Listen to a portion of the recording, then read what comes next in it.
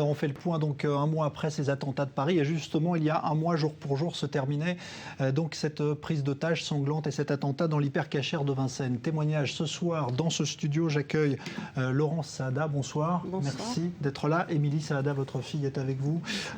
Votre mari et père était donc l'une des 4 victimes de cet attentat commis donc porte de Vincennes. Vous avez aujourd'hui été reçu par le président Rivlin de l'État d'Israël, un mois jour pour jour après ce drame. Ça signifie, Laurence Saada, qu'il y a en Israël, depuis le début de cette tragédie, tout un élan que vous avez constaté? Absolument, et c'est vrai que nous avons passé ici les 8 jours qui ont précédé le décès de mon mari, à partir du jour où il a été enterré le 13 janvier. Et pendant cette semaine-là, on a eu droit à des visites, à une foule de personnes, souvent des inconnus, qui venaient simplement nous présenter leurs condoléances, qui apportaient parfois quelque chose, qui nous demandaient s'ils pouvaient nous être utiles, qui nous laissaient une carte. Et ça a duré comme ça pendant toute la semaine. Et on se disait qu'au bout de 8 jours, les choses allaient sûrement retomber un petit peu. Et non, ça a continué jusqu'à aujourd'hui où le président de l'État d'Israël nous a reçus dans sa résidence avec ma fille, mon fils, mon beau-frère et moi-même. Émilie Saada, le président Rivlin vous a dit aujourd'hui, c'est un peu comme si votre père avait fait partie de notre famille. C'est ça, c'est ce que vous avez ressenti. Exactement, depuis. Il a fait un discours très sincère. Il nous a présenté encore ses condoléances. Et il a dit que tout le peuple d'Israël pleurait la perte de mon père et des 3 autres victimes. Et on l'a senti très sincère. Il a dit qu'il nous soutenait, que c'était comme perdre un membre de sa famille, qu'il était désolé pour nous et qu'il continuerait à être présent encore dans les jours et mois à venir. Et voilà, il nous a fait part de son soutien, de sa compassion, et ça faisait du bien parce que voilà, mon père il n'est pas mort en Israël, il n'était pas israélien, et c'est comme si finalement il était mort ici, et voilà, on a vraiment eu un soutien. Ça fait un mois jour pour jour qu'on a un soutien incroyable de la part d'Israël, du gouvernement. On a eu des ministres qui sont venus pendant les 7 premiers jours de deuil. Enfin, des membres de la Knesset qui sont venus. Et on a des gens du ministère qui viennent nous aider, qui nous demandent qu'est-ce qu'ils peuvent faire pour soulager notre peine et notre douleur. Et voilà, ça nous fait du bien. Ça nous fait vraiment énormément de bien, et ça nous touche. Laurence Saada, quand vous ressentez cela aujourd'hui ici en Israël, est-ce que vous avez l'impression que c'est lié finalement à l'histoire de ce pays qui est jalonné malheureusement de drames tels que celui que vous vivez aujourd'hui? Je vais vous raconter une anecdote. Cet été, mon mari et moi, nous étions ici au mois de juillet, au mois d'août. Nous avions décidé, connaissant parfaitement ce qui se passait ici, de venir parce que nos 2 enfants vivent ici. Et c'est le seul endroit où on avait envie d'être. Et spontanément, on a senti une espèce d'empathie, de solidarité. Je pense que les mots ne sont pas assez forts pour exprimer ce qu'on a ressenti au moment de la guerre. Et mon mari et moi, qui ne vivions pas ici, on a eu envie, alors que justement on ne vivait pas ici, on arrivait un petit peu parachuté à ce moment-là, on a eu envie aussi de faire quelque chose. Et on s'est retrouvés à plusieurs reprises, Michel et moi, Émilie a pu nous accompagner quelquefois, dans des entrepôts qui se transformaient en endroits où on faisait des colis pour les soldats, et on a pris, avec notre voiture, on est allé dans les hôpitaux déposer des sacs où il y avait des bonbons, des dentifrices, des choses comme ça, alors que ces personnes, ces soldats qui étaient là, blessés, qu'on a en fait pas pu voir parce qu'ils étaient souvent dans un état très grave. On a juste déposé, on a pu croiser quelques familles, présenter aussi, dire notre soutien bon, et repartir. Et c'est exactement le parallèle que je fais avec ce qui s'est passé pendant cette semaine où on a vécu notre deuil ici, des gens qui ne nous connaissaient pas. Mon mari, comme l'a dit Émilie, ne vivait pas ici, il n'est pas mort ici. Et ces gens qui sont venus spontanément, un peu comme ce qu'on a fait, donc on s'est sentis pris dans le même, une espèce de solidarité, mais je ne sais même pas si le mot est assez fort, cette impression de faire partie d'un tout, d'une famille. Et quand je lisais le nom des soldats blessés, des choses comme ça me faisait, alors que je ne les connaissais pas, j'avais envie de faire quelque chose, et c'est vraiment ce que j'ai ressenti.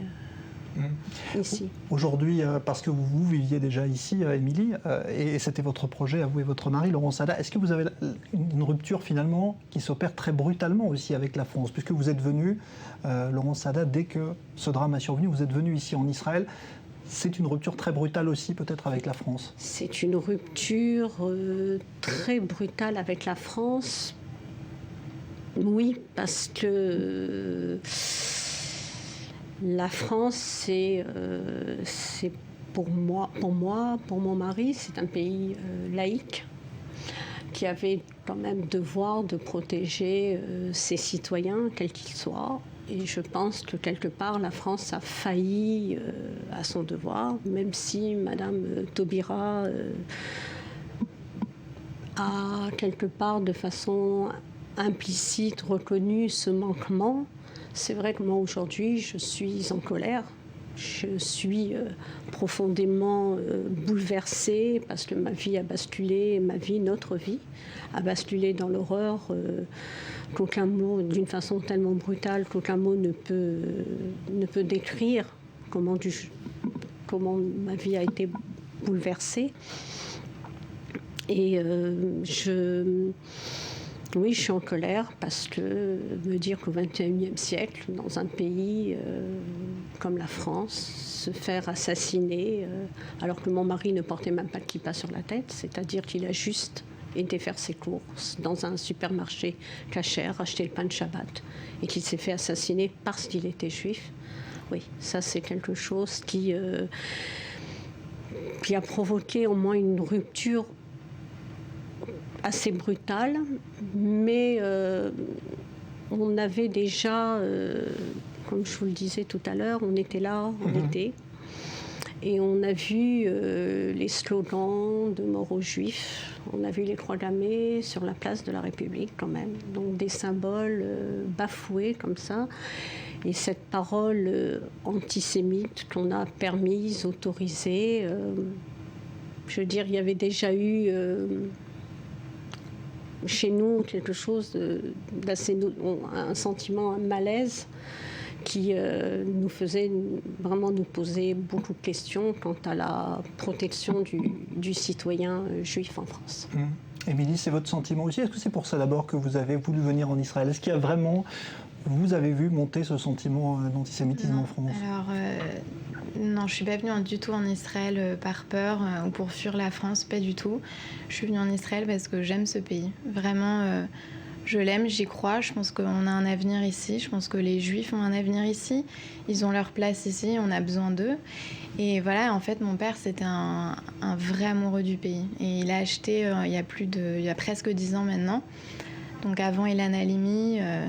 voilà, il a, avant le début d'actes forts antisémites, et il a acheté par amour du pays, parce qu'il aimait y être, il avait de la famille ici, ça lui plaisait, il nous a fait aimer ce pays en fait. On est venu plusieurs fois, et petit à petit j'ai développé un lien fort avec Israël, et voilà, et je me suis dit que je voulais venir vivre ici, je voulais tenter ma chance, donc j'ai bien réfléchi, j'ai programmé mon alia, et voilà, je suis là depuis 1 an et demi, je regrette pas du tout, et je remercie mon père parce que quelque part c'est grâce à lui que mon frère et moi, et à ma mère bien sûr, que mon frère et moi on a pu s'installer ici, parce qu'il nous a aidés, et voilà, il nous a transmis cet amour du pays. Mais je suis vraiment pas partie par peur, parce que j'aime la France, je suis française, j'ai une culture française. Voilà, c'est vrai qu'aujourd'hui j'ai du mal à reconnaître cette France quelque part, Ça me fait mal. Ça me fait mal parce que pour moi, la France, elle a pris mon père. Elle a pris une partie de moi.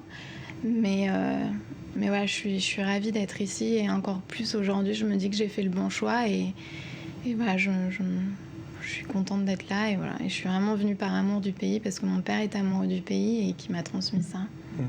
Je voulais juste qu'on revienne d'un mot sur la manière dont vous avez appris ce drame et ce qui s'était passé, parce que c'est vrai qu'il y avait des informations contradictoires qui circulaient juste après cette prise d'otage, et vous cherché des informations qui ne sont pas venues à vous. Alors, si vous permettez, c'est quelque chose qui m'est un petit peu difficile d'évoquer maintenant encore. Donc je vais laisser peut-être Émilie vous raconter le déroulement de la façon dont ça s'est passé. En fait, mon frère et moi, on était en Israël. Voilà, on suivait ce qui se passait en direct. Et bien évidemment, j'étais en ligne avec ma mère. On était en ligne avec ma mère constamment. Et en fait, on était dans l'attente. Voilà, on a attendu. Ma mère était avec ses amis et sa famille. On attendait. Quand il y a eu l'assaut, ma mère a dit, elle n'a plus tenu, et elle a dit on se rend porte de Vincennes. Donc elle s'est rendue avec son frère et sa belle-sœur et des amis, et ils sont tombés sur des policiers qui leur ont dit... Elle s'est présentée comme femme d'un otage ou pire, qu'elle n'avait pas de nouvelles depuis 13 heures et qu'elle voulait savoir ce qui se passait, où il était, s'il était blessé ou autre. Et les policiers qui ont sûrement fait leur travail ou pas ont simplement dit rentrez chez vous, on ne peut pas vous dire, on ne vous dira rien. Donc rentrez chez vous dans quelques minutes ou heures, il y aura un numéro de crise, appelez et vous aurez les renseignements. Donc ma mère est repartie, mais heureusement qu'elle était entourée parce que ils l'ont pas prise en charge. Ils se sont pas chargés ils se sont pas occupés d'elle, donc elle est rentrée. Et sur le chemin, ma tante a téléphoné au commissariat de Vincennes en expliquant que c'était la belle-sœur, qu'on n'avait pas de nouvelles depuis 13 heures. Et elle a dit « Donnez-moi le nom ». Donc elle a dit François-Michel Saada. Il y a eu un blanc, mais court, mais assez long pour comprendre qu'il y avait quelque chose. Elle l'a fait répéter « Redites-moi son nom ». François-Michel Saada. Un blanc encore. Et là, elle lui dit « On sait pas... on vous rappellera s'il y a quelque chose ». Et en fait, entre-temps, il y a une amie de ma mère qui est restée, qui a vu à la télé le numéro de crise. Elle a téléphoné et là, elle a demandé, on lui a annoncé qu'effectivement, mon père faisait partie des victimes. Et comme 15 minutes après, la police a téléphoné en voulant parler à ma mère. J'ai le regret de vous annoncer mais c'est mon oncle qui a pris le téléphone. Il a dit « Merci, on sait déjà ». Donc je pense qu'il y a un réel problème.